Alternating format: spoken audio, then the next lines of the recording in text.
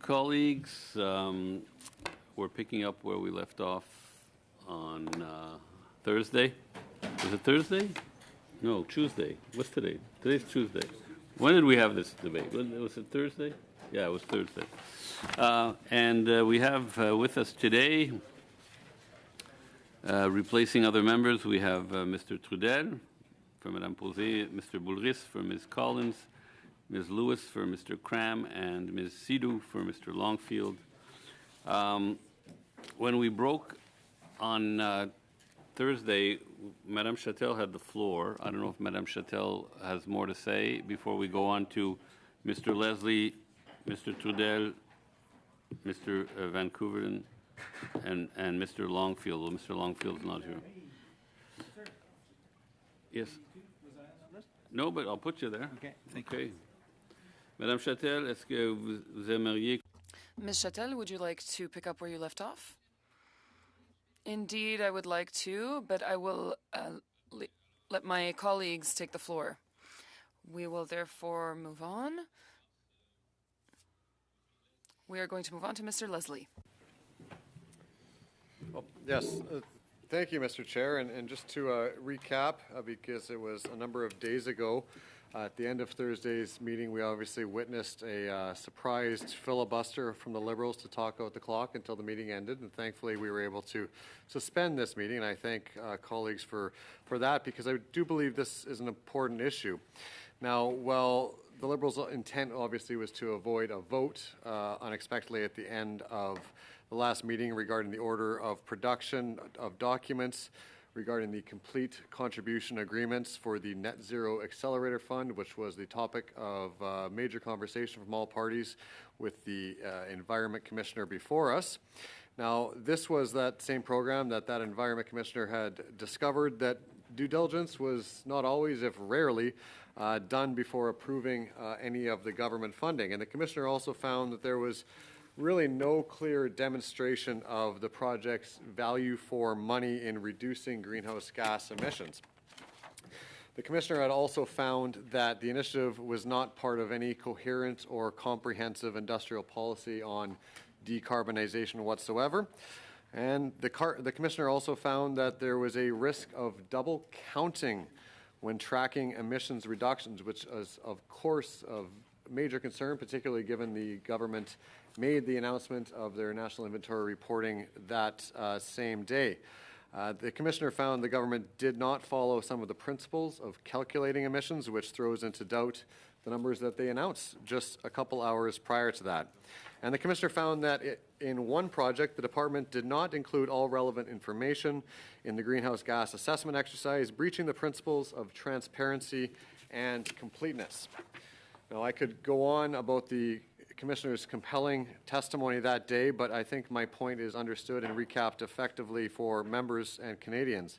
But the reality is that the Liberal government has badly mishandled their $8 billion program, and given that the Environment Commissioner can't come to a conclusion as to whether or not we received value for money, I have no idea how Canadians could possibly figure out if there's been value for money.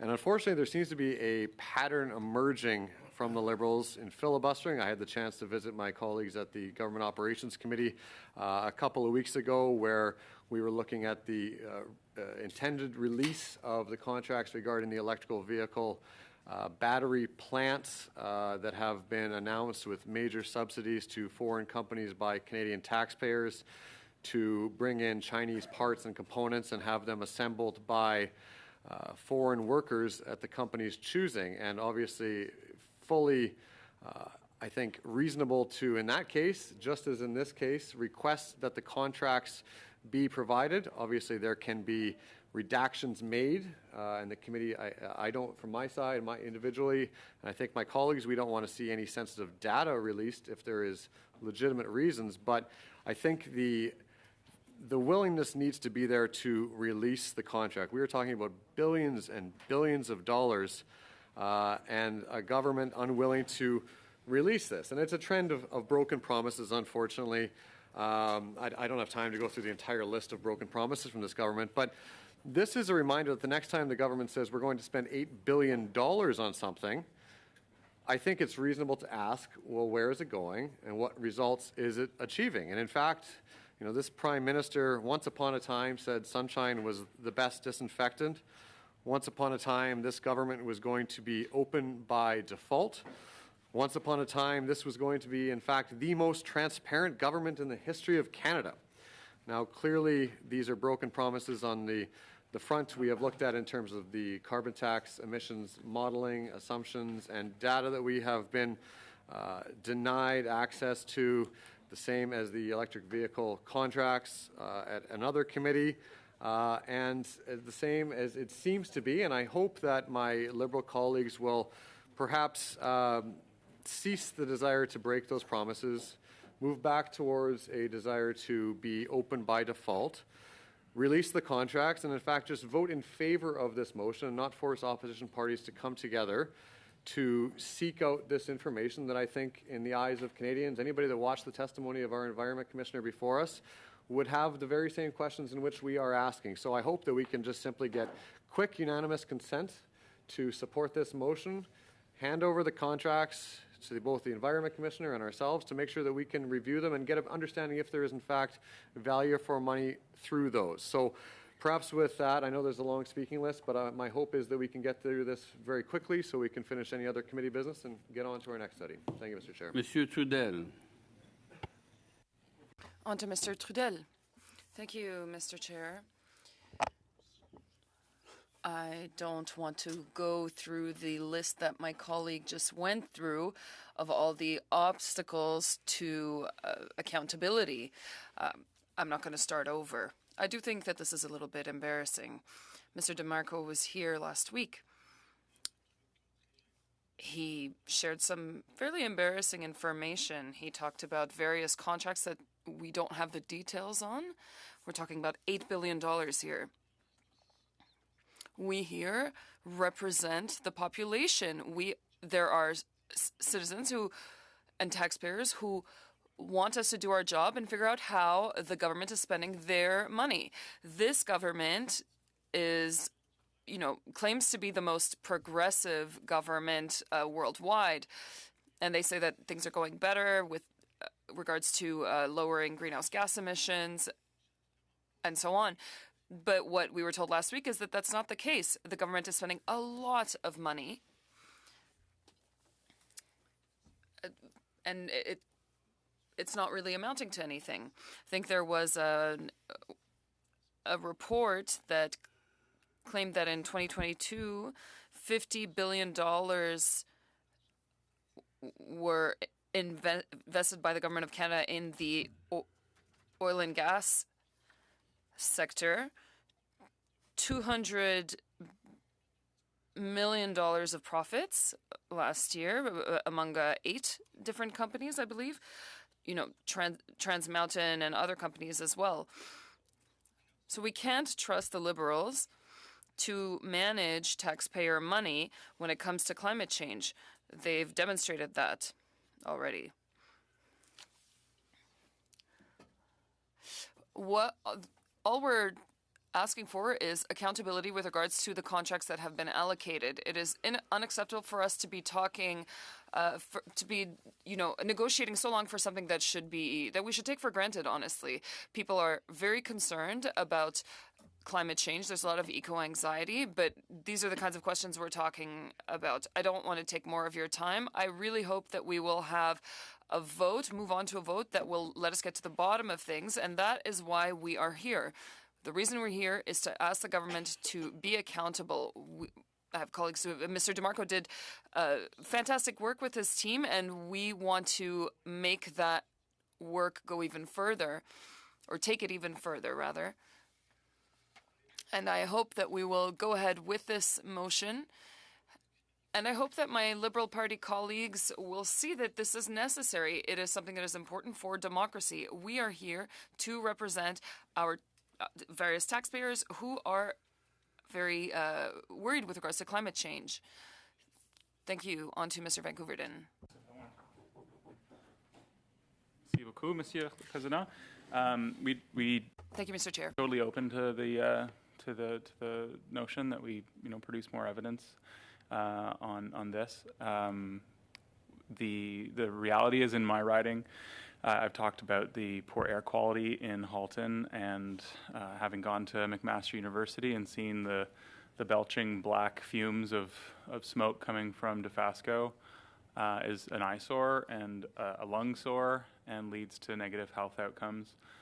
So, you know, that news was very, very welcomed, that they were going to pursue an electric arc technology for steel production in my region. Right in line with the Conservatives' approach to technology. This is precisely what we're talking about when we talk about taking innovative steps forward and supporting innovation at the business level and within academia and science is the approach that our government has taken. And for a number of large-scale businesses at Algoma Steel, Dofasco, and Hamilton, it's been a real success story. I want to see success stories in Brant County and in southern Manitoba, outside of Quebec City, and all across the country. So let's get to it. The only issue we have is with the amount of time to get good documents. So we'd ask for 14 days, and we can collectively vote. We don't even have to vote, actually. We can move on to other business as long as we all agree. Proposed sub-amendment? If it's necessary to... Or is it you see, we all agree 14 days is reasonable? I understand, but now that can we just get rid of the sub-amendment? Or what the The amendment? extension? Yeah. So the ask is? 14 days instead of 7. Okay. Yeah. We're good. Tout le monde est d'accord? De prolonger. Does everybody agree to extend the delay to provide documents that have been requested? So we will move on with the debate for today. Are you done, Mr. Vancouverdin? Yes. On to Mr. Major. Me? Thank you, Chair. The matter before us today is extremely serious. There is a glaring problem here that should alarm every Canadian. In fact, after hearing the Environment Commissioner's testimony and reading his report, I think this may be the most expensive cover-up since Justin Trudeau was elected. In December 2020, the Liberals announced the Net Zero Accelerator.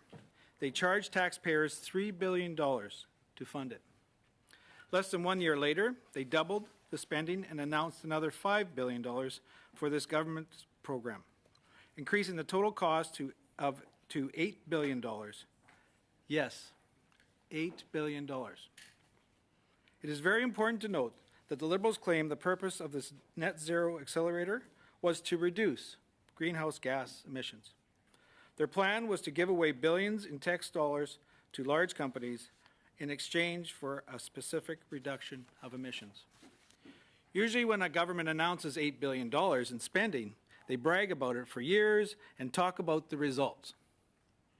But ever since the Net Zero Accelerator was established, we've barely heard a word from the Liberals on this $8 billion program. And now we know why they've been so quiet. Last week, Canada's Independent Environment Commissioner revealed that the government's Net Zero Accelerator is nothing more than another slush fund. He concluded that the Liberal government, and I quote, did not effectively manage the Net Zero Accelerator to decarbonize the manufacturing industries in accordance with Canada's climate goals or with due regard to value for money for Canadians, end quote. Not only did we learn that the government was giving... Sorry, I don't know if it's point of order or not, but I believe the member opposite was just referring to something that the Commissioner said when he was here, and he did not call it a slush fund, so I'm just wondering whether there's something that can be corrected in terms of the record, or... Could you speak to that? I mean, look, I think you were interpreting what the situation is all about. Did you say you didn't say it was a slush fund? What was? I'm sorry. Could you read it again? Oh, I didn't say that. Okay, I'll say it again here. Let me go back to that. So I'll read it again. Last week, Canada's Independent Environment Commissioner revealed that the government's Net Zero Accelerator is nothing more than another slush fund. I don't believe that's what he revealed at all. I've read his report, and he did not say that or reveal that in any way. So you must have listened to a different commissioner than I did, because that's not what I heard him say, and that's not what I read in his report. So perhaps you could Yeah, reference that? It's, Tell it's, us where it it's is. a bit of a point of debate, but I think I think Mr. Mazier is interpreting he's interpreting the larger context. The commissioner clearly did not say that, and for the record, yeah, okay, go ahead, Mr. Okay. He concluded that the Liberal government, and I quote, did not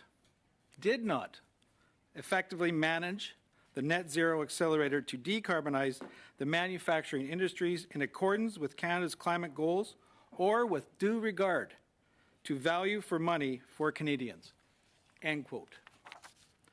Not only did we learn that this government was giving away billions of dollars without measuring the value for money, we also learned the government has no clue if the money is reducing emissions. The Environment Commissioner literally stated the majority of funding was approved by the Liberals without any commitment to reduce emissions. Point of order, Mr. Chair. Yeah. Debate, but Well, no, it's not, because we can't freelance on the Attorney General and the Commissioner of the Environment's testimony when they come and they read their speech. I don't think it's appropriate for us to politicize nonpartisan It's not a point people. of order. And like It's not- this, Well, you know, this to be committee honest- has to be continued. honest, yeah, to be Look, honest, I'm not that's- done. My point of order is coming. Yeah. And look, this committee is continually being used as a place to protest various things by the Conservatives. Fine, it's their time. However, the Commissioner billion. of the What's the Environment, what's the point of order? 8 the billion. Minister of the Environment did not come here and say any of those things. What he said was that in addition to other investments, decarbonizing steel production in Canada was one of those No, but tools this is that debate. has but been used. This is debate, but is that the Well, point it's of order? protest at committee, and it's a waste of time. Okay, but what I think. Waste the time to to- consider $8 Okay, billion. is it? colleagues, when the chair Come on, has buddy. when the Keep it when up. the chair has the We floor, agree the with chair you. has We're the gonna go. floor. We're gonna do Or your we'll thing. have a break. We'll have a break and just prolong this meeting. But and you know the words of independent watchdogs are used politically all the time in this business. But anyway, go ahead, Mr. Mazier. Thank you, Chair. So the Environment Commissioner literally stated that the majority of funding was approved by the Liberals without any commitment to reduce emissions. Think about that.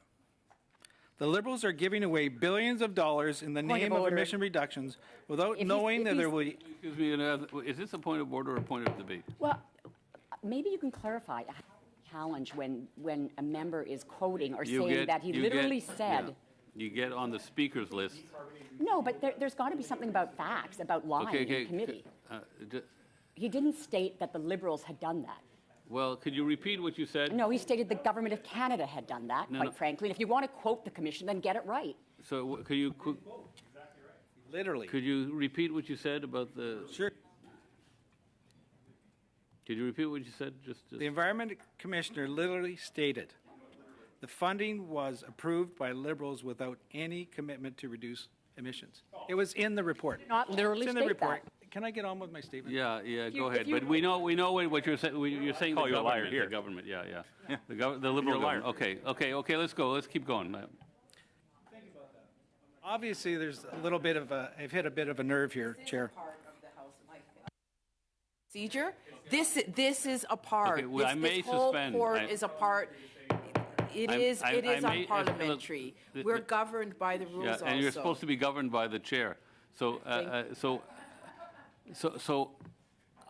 let's just move on because it's going to degenerate, and then I'll just pause the meeting, and as I say, we'll have to go later.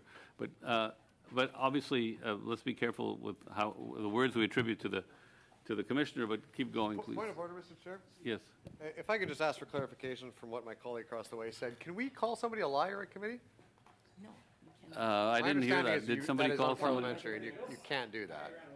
I just want to get clarity for future. Oh, yeah, I'll find out. We'll just suspend for a minute.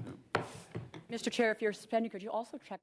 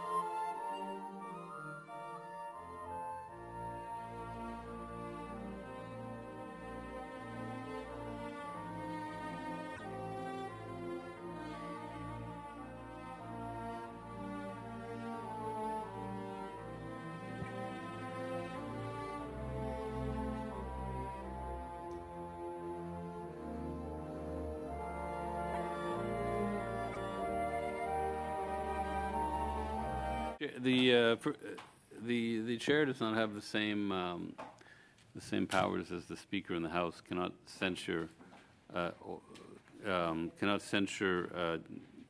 behavior that brings disorder to the committee. So I have no policing powers per se, but I would just I think we have to be careful of our language in the committee, like we do in the House, and you can continue, Mr. Mazer. Just a sorry. point of clarification. Sorry, Yeah. one So, more. no, whoa. We Sorry, gotta point of go. order. There's a point of order. Yeah, go ahead. It was actually a point of clarification, so if you have another point of clarification, go first. Sorry. So, Who's speaking? Is it? My point, I asked you also if you could, since the member opposite mentioned that the same rules apply here as they do in the House, does contempt of the House in making misleading statements also apply here? Yeah? Okay, so great. So now I know what to say, contempt of the House. okay, so as a point of clarification, I'm not misleading anybody. Yeah, This yeah. is factual. This is what the commissioner said. So the majority of the contribution agreements have no commitment for reductions. He said that. The clerk, okay, the so clerk it's can a say quote, yeah. it was in his testimony. Yeah. So enough of this you're misleading and all quoting this stuff. the- I'm not you're not misquoting misquoting. anybody. Okay, okay, He good. literally said that. Yeah. No, I was referring to the other point where you said he literally stated Your that the point of Liberal order government... was on this, so that's And what then I I was raised speaking the other to. one on when you said, he literally said, and what you said there was not what he literally said. Well, we've sort of correct. I think the first one I made the point for the record that he did not literally say that, but in this case there's a quote. I believe you're He quoting did. him. Yeah. Okay. He did so it in his testimony. yeah. So being called a liar on that statement, I would ask for an apology. Again, I have no enforcement powers. If Mr. Van Koop. I'm more than willing to apologize. to Okay, the there member we for go. calling him a liar.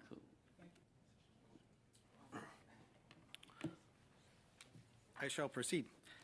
The Liberals are giving away billions of dollars, tax dollars, in the name of emissions reductions, without knowing if there will be any emissions reductions. When I asked the Commissioner if the government is being fully transparent about the emissions data they share with Canadians, he stated, and I quote, "No, they are not fully transparent," end quote. In fact, the Environment Commissioner revealed the Liberals are inflating their emission reduction data, even stating the government may be double counting the emission reductions being reported. Yes, double counting. This is absurd, Chair. How can Canadians believe any of their emissions reports if they're fabricating the numbers? Let's define the word fraudulent. According to the Cambridge Dictionary, fraudulent is defined as, and I quote, "not what it claims or pretends to be," end quote. According to Canada's Environment Commissioner, the actual emission reduction data is not what the Liberals claim it to be. This sounds fraudulent to me. Mr. Speaker, Mr. Chair, once again, I was just saying he's making misleading statements. It's, No, but it isn't. yeah, it's suggesting that you're in contempt of the House by making misleading statements knowingly. You are basically saying that what he said may have been happening, in fact, was happening, and that it was done intentionally by the Liberal government. That was not what the Commissioner said, and you are misleading this committee and people listening to it by saying what you're saying. So if you would stick to the facts and just quote the Commissioner, I'd be quite happy. Okay. But when you continue to politicize it the way you are, it's not accurate. So Do I have to pull the video clips again? well, I think Like, in terms of he did say that, and it is a definition. Fraudulent is a definition in the English no, but language. I can't think, help that. Yeah, if I recall, again, it's all about And whether if they're we're. fraudulent, they're fraudulent. Well, I think what he said is that the way the system works, it's not, an intention to be fraud. The way the system works with different programs, that sometimes you could have a situation of double counting, but as it wasn't like the system wasn't designed, in my view, from what I heard, it wasn't designed to be like that. It's just something, a situation that The problem is it's being drops run out like of the that. way things the system is structured. But in any event, continue. But let's try not to create too much conflict. But obviously you have a point you want to make, and make it. Thank you, Chair. Why on earth is this government giving away billions of dollars without having any idea how many emissions are being reduced, if any?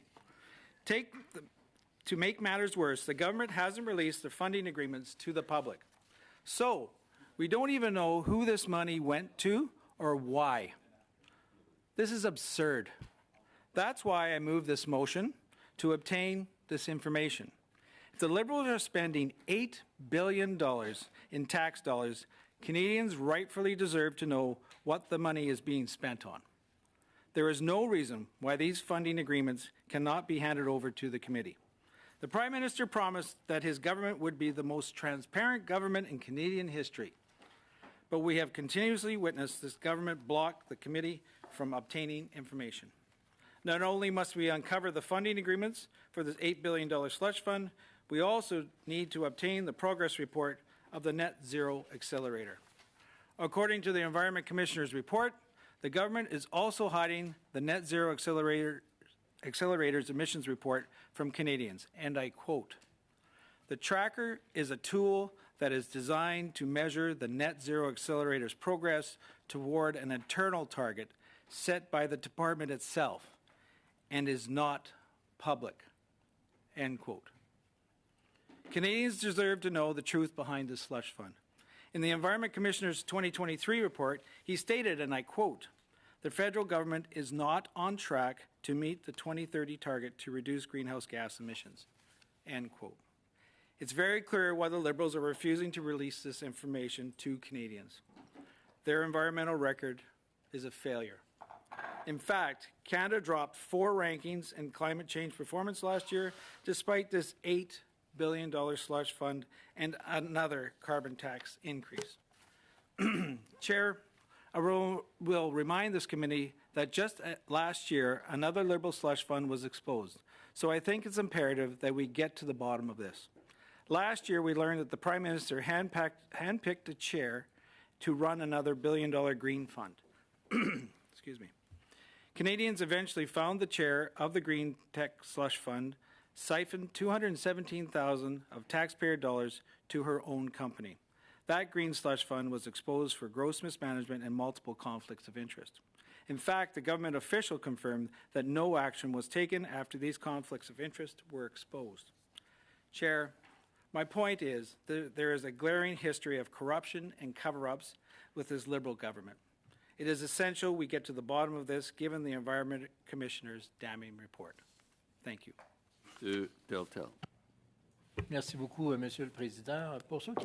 Thank you, Mr. Chair. For those who are listening, we are having a debate after a meeting we held 5 days ago at the Environment Committee with the Environment Commissioner. And as we know, this person and his team are independent. They have an objective perspective, and they document various issues. There were 5 reports that had been tabled and that were analyzed, and this is why we are talking about this. And of course, this is the democratic forum to discuss their findings. One of those reports of the Ethics Commissioner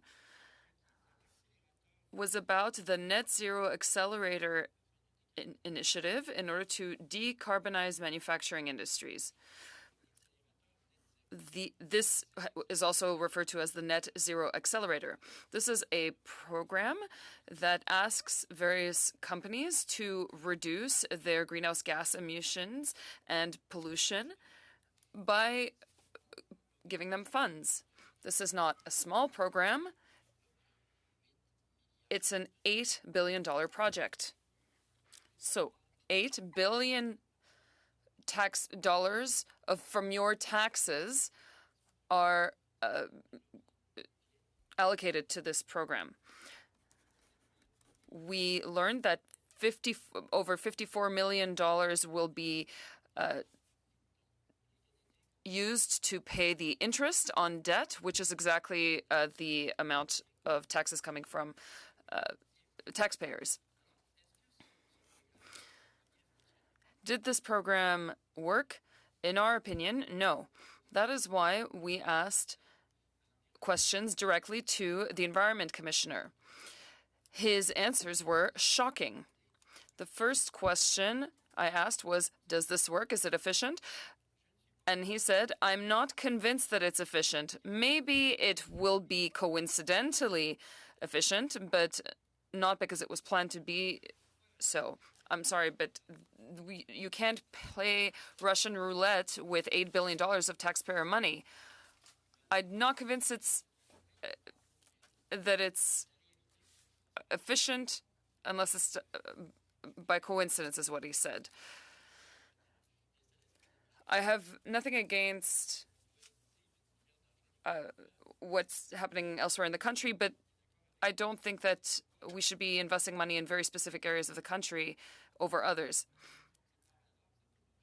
The Conservatives are not the ones who are saying that this might work coincidentally. It's the commissioner who said that. With his team, he studied the very real results of that accelerator initiative, which is investing $8 billion of the taxpayer money. And his conclusion is, I'm not convinced that it's efficient. It'll be efficient. If it is, it will be by coincidence.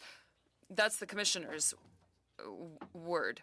I said ethics earlier, but I did mean environment, Commissioner. Second question.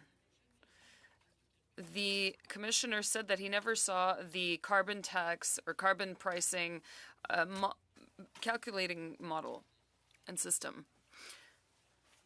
This is what we are using to reduce greenhouse gas emissions and pollution.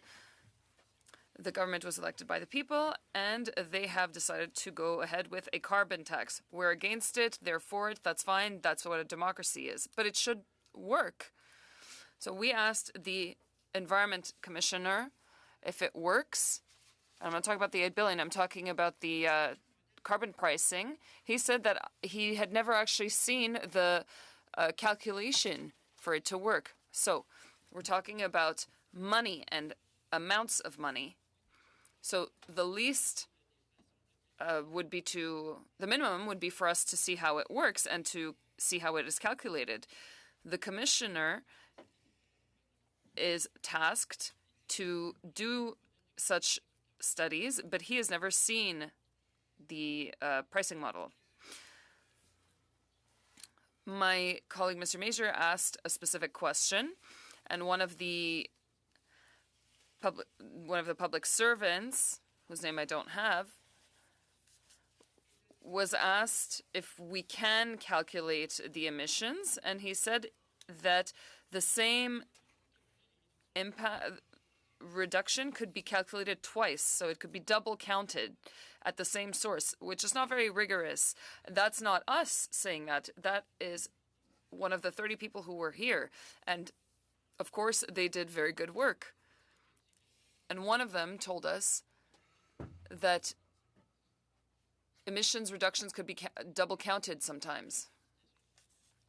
Last quote, or rather information we received last week, the majority of the projects do not commit to reducing emissions. The majority. One or two we can understand, but the majority? That's a lot. So what are they doing if they're not going to be reducing greenhouse gas emissions and pollution? We're talking about $8 billion of the taxpayer money. $8 billion to be sure to reduce emission. Because let me be clear, Mr. Speaker. All of us here around this table share the same objective, to reduce the pollution, to reduce emission. There is a different way to address it. The government, and they got the mandate to do that, propose a taxation on the price of the pollution. This is not the way we see it, how to reduce the emission. But this is debate, and this is what democracy is all about. They agreed, we disagree. Well, this is what Parliament is all about, and we shall protect this diversity of point of view. But something that is very important is to share the same goal to reduce emission and to see if the way we address it is efficient. Est-ce que c'est efficace? Comment on fait ça? Is the way we're doing it working? Right now, we believe that the work is not being done properly, and the objective to reduce emissions is not being reached, supported by the comments of the Environment Commissioner. He said that he's not convinced that it will be efficient, that there's some double counting, and the majority of projects won't be reducing the emissions. That is why my colleague Mr. Major tabled this motion, which starts with a quote that was said last week. So, given that the Liberal government, and I quote, did not effectively manage the Strategic Innovation Fund's Net Zero Accelerator to decarbonize the manufacturing industries in accordance with Canada's climate goals or with due regard to value for money for Canadians, end quote. This is not coming from us. This is the Environment Commissioner himself who wrote black on white on page 72 of his report on the Net Zero Accelerator Initiative, which will cost $8 billion. And that's who this is coming from. Secondly, that the emission reduction progress and results of the Liberal government's $8 billion Net Zero Accelerator are not public to Canadians, which brings us to the following. The committee ordered the production of one, the government's, do you say I or one? The little I? Okay. Thank you, Ms. Chatel. See how we can work together? So the committee ordered the production of, small I, the government's complete tracker tool used to measure the Net Zero Accelerator's progress and results. Two small i's, all internal Net Zero Accelerator targets set by the government, including the government's Net Zero Accelerator emission reduction target. And 3, all complete contributions agreements signed to date for the Net Zero Accelerator within 1 week of this motion being adopted. This, of course, we welcome our Liberal colleagues' sub-amendment. So we'll take the time that we need to produce this properly. And why are we doing this? Because the Environment Commissioner and various testimonies said that though this is a good idea, we're not getting the results necessary. We need real results in order for us to have a real debate on the efficiency of this project and make sure that there are real reductions in greenhouse gas emissions and that the approach is not dogmatic. Thank you. Chair, and thank you to my colleagues for their speeches. I wanted to get some things on the record with respect to Net Zero Accelerator Fund. While I totally appreciate the desire for more information, I wanted to put in context some of these investments and what they mean for our region in southwestern Ontario, as well as Sault Ste. Marie in the context of Algoma Steel. Now, the members continually suggested that there were no earmarked emissions reductions attached to these investments, which is simply not true. The Dofasco project on its own was a $400 million announcement, which will help cut carbon emissions from steel production at that facility in Hamilton by more than half. 60% of their emissions will be reduced. This is widely reported on. I'm not looking at a government document. It's just all of the news that came out on that great day 3 years ago when we were able to announce that by 2028 steel production in Hamilton won't be as dirty as it always has been. I used to actually work in steel in Hamilton, and it's a pretty dirty job, got to say. My job was sweeping the floor, grinding the rust off of steel that was stored outside. Sturdy job, and doesn't have to be that dirty. Certainly doesn't have to pollute as much as it does. So the CEO of ArcelorMittal was proud. He said that they were proud of the government for stepping up, and that this investment would contribute to a 60% reduction in their emissions. Their emissions being very high, and it'll lower. Both that and the one in Sault Ste. Marie will lower emissions by 6 million tons a year. That's really significant. 6 million tons a year is 6 megatons. That would get us pretty close to under 700 megatons, which is one of those targets. I also heard repeatedly that we're not on track to meet our emissions targets, but that's not true either. We are on track to meet our 2026 target, which is really great news. So, taking the report at face value is important, and one of the findings was that by 2026 we'll be right on target, and we need to take further steps in order to reach our 2030 targets.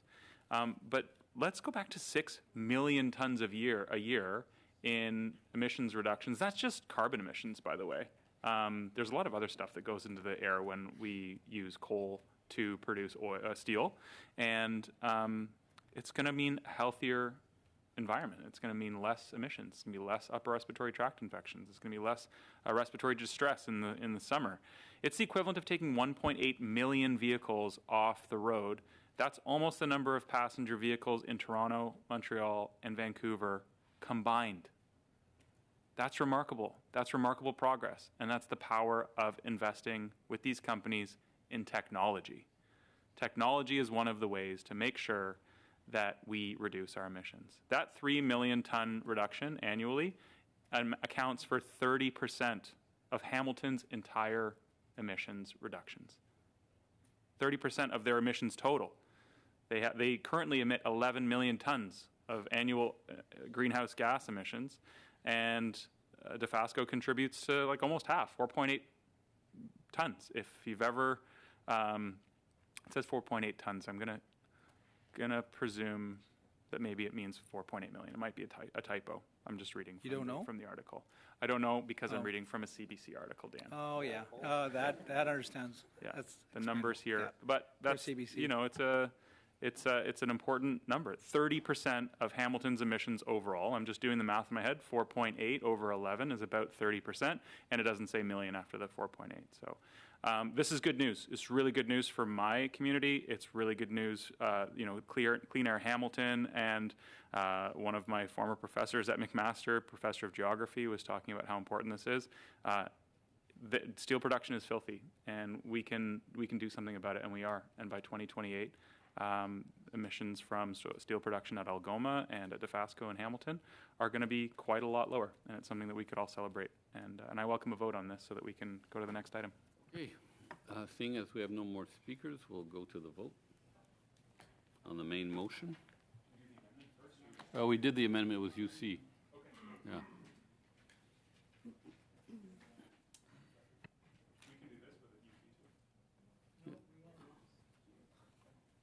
Mr. Ali? Madam Clerk, can we just repeat what are we voting on? Voting on Mr. Mazur's motion as amended? Yes.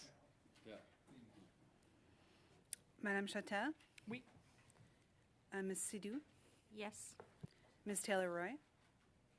Yes. Mr. Vancouverden? Yes. Monsieur Dautel? Oui. Mr. Leslie? Mr. Mazur? Yes. Ms. Lewis? Yes. Monsieur Trudel? Oui. Monsieur Boulres? Oui. All in favor? Yeah. Effectivement, la motion est adoptée telle qu'amendée. Alors, The motion is adopted as amended. I don't know if there's anything else that we wanted to talk about before moving in camera. Mr. Chair, there is my colleague's Lauren Collins' motion. Go ahead. May I read it? I believe it had already been sent to the clerk. I'd like to table it so that we can talk about it now. That, pursuant to the motion passed on Tuesday, April 30th, 2024, the committee summons, pursuant to Standing Order 1081, the following to appear before the committee for 30 minutes for them to tell the committee about their efforts to significantly reduce emissions to meet Canada's international climate commitments amid their record-breaking profits since 2021. So Mr. Rich Kruger, CEO of Suncor Energy Incorporated, Mr. Brad Corrin, CEO of Imperial Oil Limited, Mr. John McKenzie, CEO of Cenovus Energy, and Mr. Greg Ebel, CEO of Enbridge. And the that the committee publish a report on its findings and table it in the House. Avant qu'on parte le débat sur... Before we debate the motion, I have some news to share.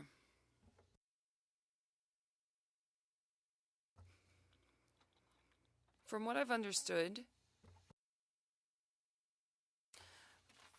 for the week of June 4th, the 5 would be available, but not necessarily on the same day. So 2 of them would be available on the 4th, and 3 of them on the 6th of June. So the committee must decide if that works for them.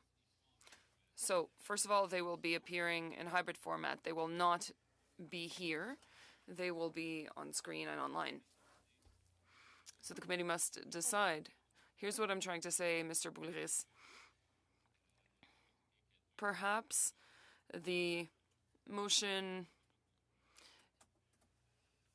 is useless because they've already agreed to appear, and they will be splitting.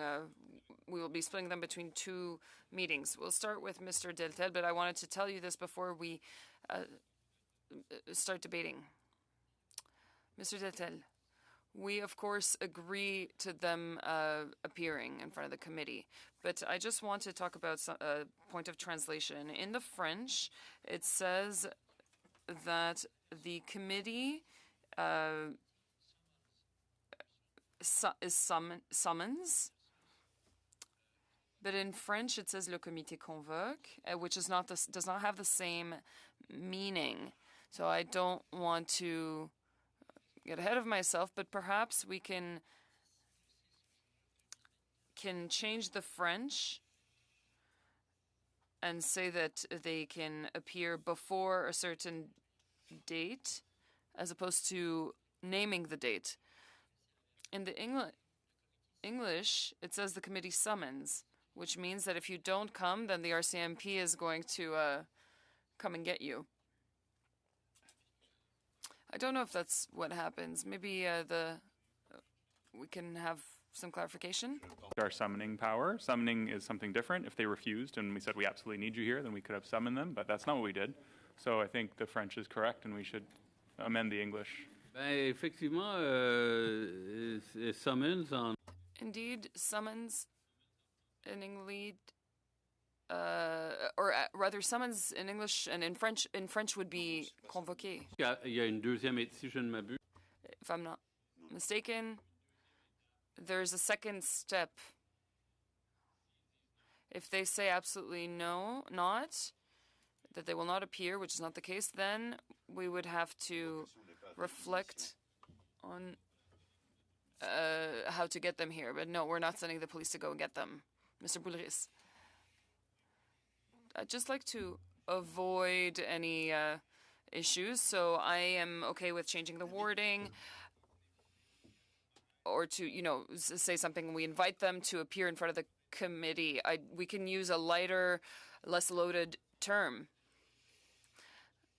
There's some information that I was not aware of. If they're ready to appear, then we can change the date, by June 6th, for example.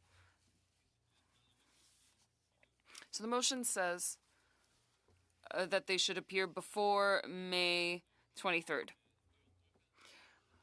We can indeed make this amendment.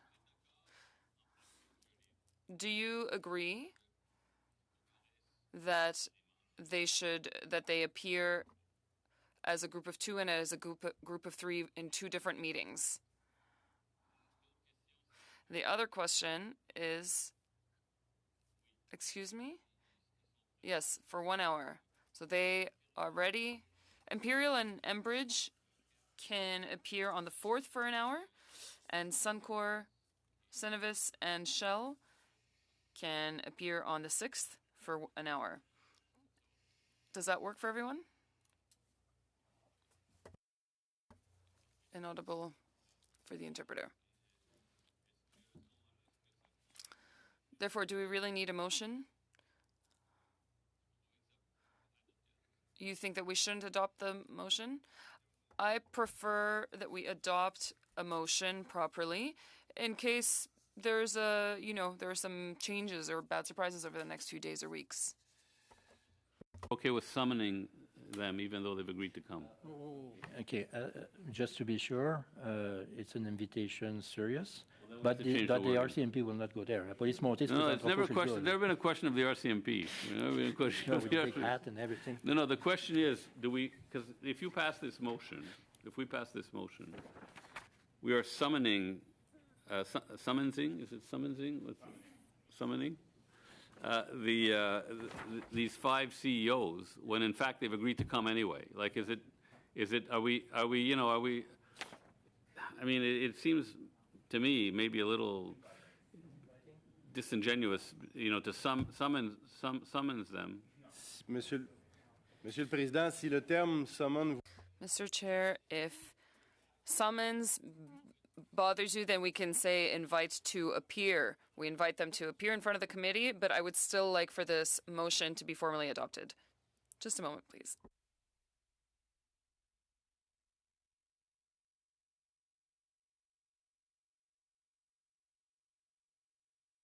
J'avais oublié. On a déjà adopté une motion. We have already adopted a motion to invite them. I had forgotten that. Mais We had already, in the other motion, invited them to appear before June 6th, or at the latest on June 6th. So it's already adopted. The invitation has already been sent out. That is why they must have agreed to this 4th and 6th, because they saw the original motion. So since it's accepted, maybe we don't need to summon them so forcefully, if you will. I don't want us to look ridiculous either. Mr. Chair, you are asking for a lot from me to not look ridiculous, but if there is an identical motion that has been adopted with the same COs and the same dates, then indeed we don't need to go forward with this. Either way, this isn't time wasted because we agree. If these CEOs don't appear on the 4th or 6th, this is the next step. We'll be sending the RCMP to get them. Fantastic. So we do need unanimous consent to remove or withdraw, rather, your latest motion. I'm withdrawing the motion. Does everyone agree unanimously? Fantastic. S'il n'y a pas d'autre chose, j'aimerais qu'on... If there's nothing more, I'd like us to go in camera so that we can talk about various issues. It won't take long. There were certain things that were on the agenda, but we've already started some of the future work. We were going to do that at 5:30, but now we're going to be starting at 5. So we'll come back in 5 minutes.